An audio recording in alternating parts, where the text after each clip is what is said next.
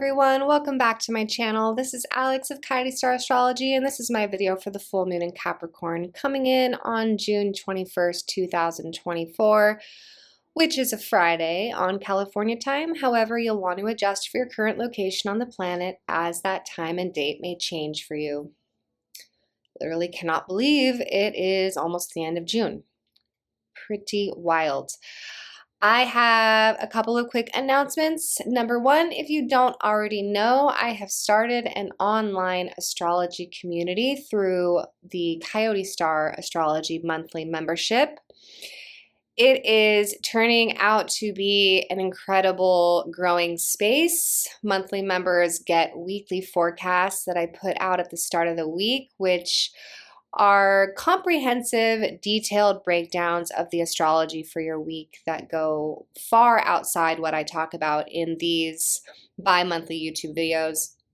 We also have Nick Xavier, our resident tarot reader, that puts up his tarot readings with the new and full moon for the month. So this is also an opportunity for you to deepen your relationship with the interpretations of the tarot deck. We have a community message board, the forum, where you can put up your chart, talk to other astrologers, talk to me, ask astrology questions. And then you also have access to a free library of my courses. So if you're interested in checking out a monthly membership, head over to my website, coyotestarastrology.com. I will put the link also in this description box. Other announcement is that in just a few weeks, I'm going to be launching and putting out the second half of my Astrology for 2024 Year of the Dragon webinar, where I go through the months of major transits, July through December, and that will be free for monthly members. So whether or not you're a member or you just want to dive into the course, look out for that on all my social platforms coming out in about like a week and a half. I'll probably launch it first day of July or somewhere around there. All right, let's dive into this full moon. We see that it's a full moon in Capricorn. Interestingly, at the first degree of Capricorn, and we've got Venus and Mercury in sensitive, watery Cancer across the chart there. They are certainly making their presence known. As I film this video on Wednesday, let's actually pull up the current chart real quick here. You can see that Venus and Mercury here in Cancer, they are still in light square to Neptune. And thank God the moon has entered Sagittarius the last couple days, Monday and Tuesday, as the moon transited Scorpio.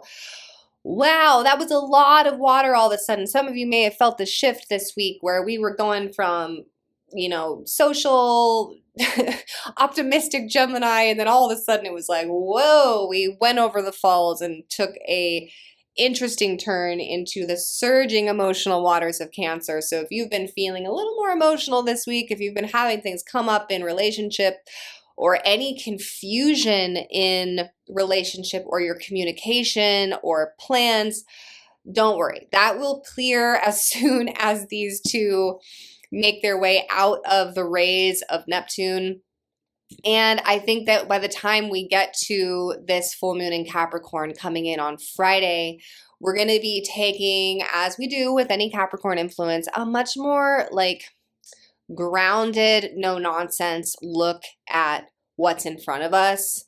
And we're going to be interested in balance. When we take a look at our tarot, which I'll do in a second, that's what the tarot is really suggesting that we need is, you know, if we are tightrope walking the energies of life, we need to somehow find drishti right now. We need to somehow bring ourselves into balance and feel a sense of level-headedness about our resources, our plans, our relationship.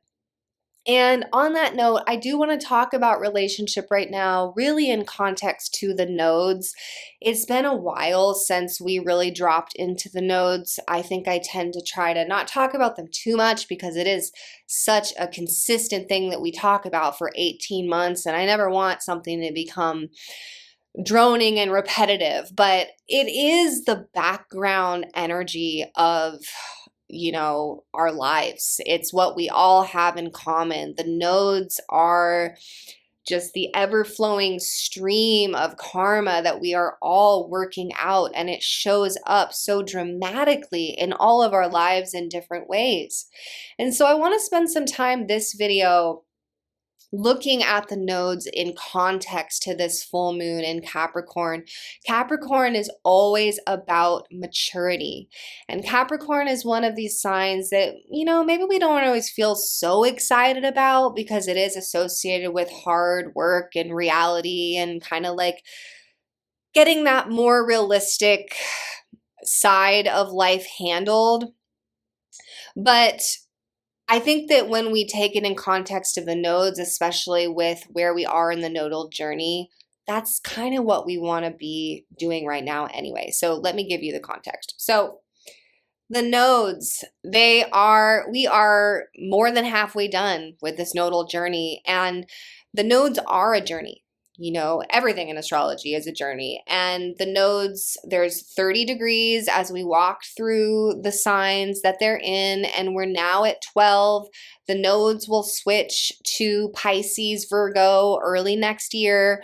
We only have a few more months left of these Libra, Aries lessons. And as the nodes get closer to switching, as with any journey that's about to come to its conclusion, it's kind of like the lessons can ramp up in intensity because it becomes time to show what you've learned, and it becomes time to apply what you've learned, like actually execute decisions based on that evolutionary growth process.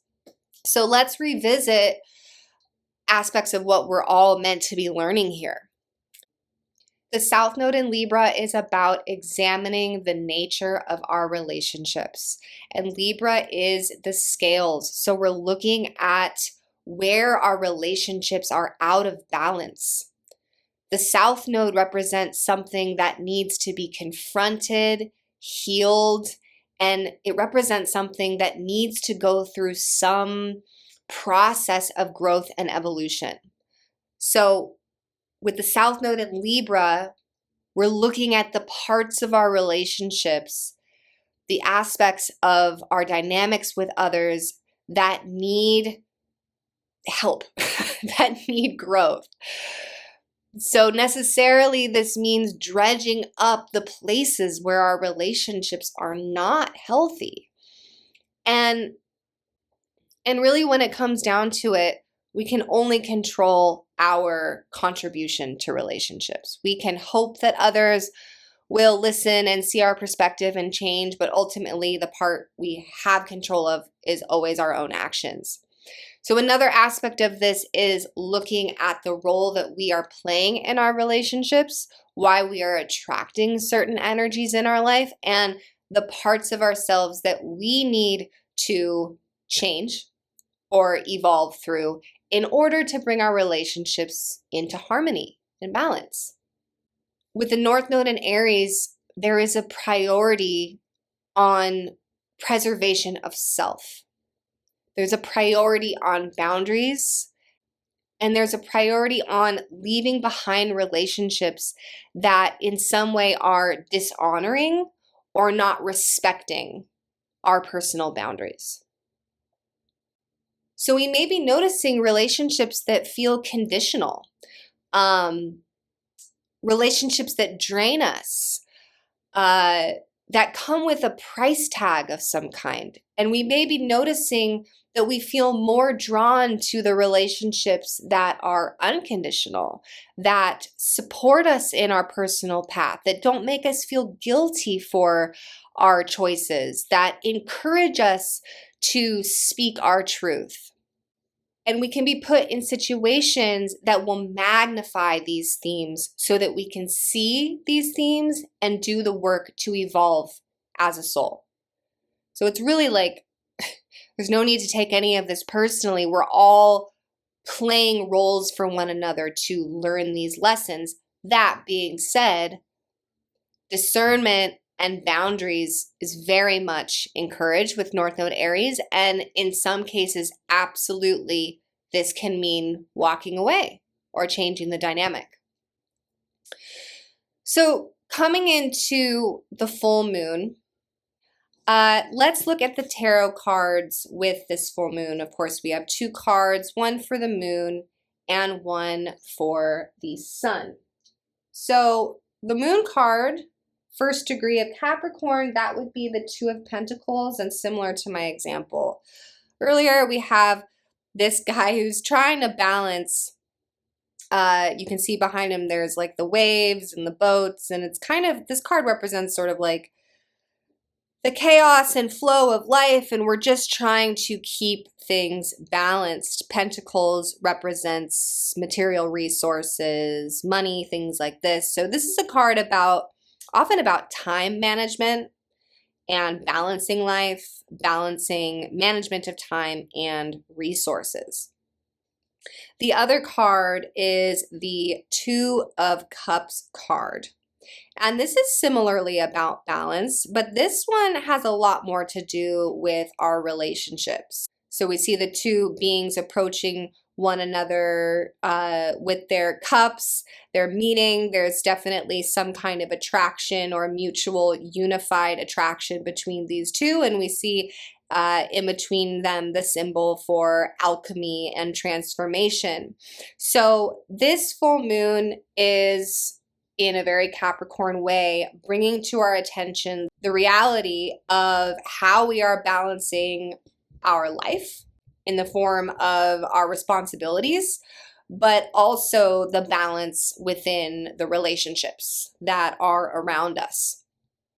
And coming back to the chart here, we do see that there is a sextile between Venus and Mercury in Cancer and Mars in Taurus, which is a sweet, sentimental energy that is definitely prioritizing stability as well with that Mars in Taurus. So this full moon in Capricorn to me feels like taking a glance over how we're managing our time, energy, and our relationships and making assessment. I mean, full moons tend to illuminate things and release energies. So there's going to be an illumination or a realization followed by some type of energy release around these themes. All right, everyone. Well, pretty straightforward full moon for us there. Thank you so much for tuning in. If you've enjoyed this video, please do give it a like and a share. I really appreciate it. And I am available for readings. If you want to get on my books, you can reach out to me at coyotestarastrology.com. All right, everyone. Thanks for listening, and bye for now.